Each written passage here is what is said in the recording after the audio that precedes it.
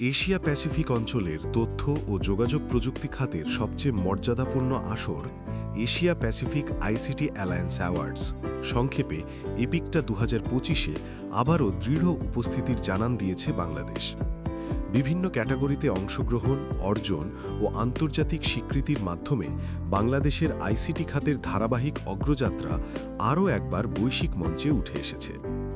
ইক্সোরা solutions লিমিটেডের উদ্ভাবনী প্রকল্প ন্যায্য মূল্য এবং রাজুক উত্তরা মডেল কলেজের শিক্ষার্থীদের তৈরি সেফ স্টেপ নিজ নিজ বিভাগে দ্বিতীয় রানার আপ হয়ে বাংলাদেশের উদ্ভাবনী সক্ষমতার শক্ত প্রমাণ দিয়েছে।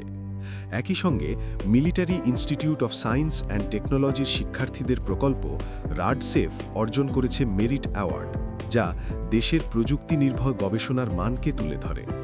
স্টার্টআপ অঙ্গনেও এসেছে বড় সাফল্য। অটোমেটেড এমটিবিএমের প্রতিষ্ঠাতা ফাতিমা আশরাফ তাইওয়ানের মেগা ডে স্টার্টআপ পিছে অর্জন করেছেন সিলভার প্রাইজ এবং $৫,০০০ পুরস্কার।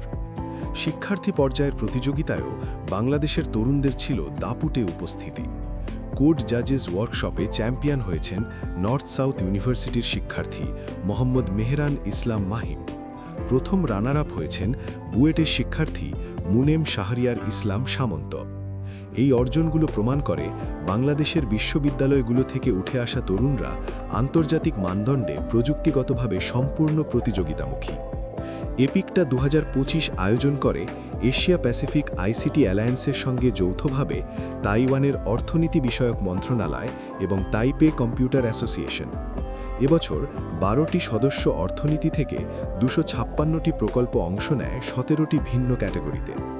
বাংলাদেশ থেকে অংশগ্রহণ করে 20টি নির্বাচিত প্রকল্প, যেগুলো বাছাই করা হয় Bangladesh ICT and innovation awards 2025-এর মাধ্যমে।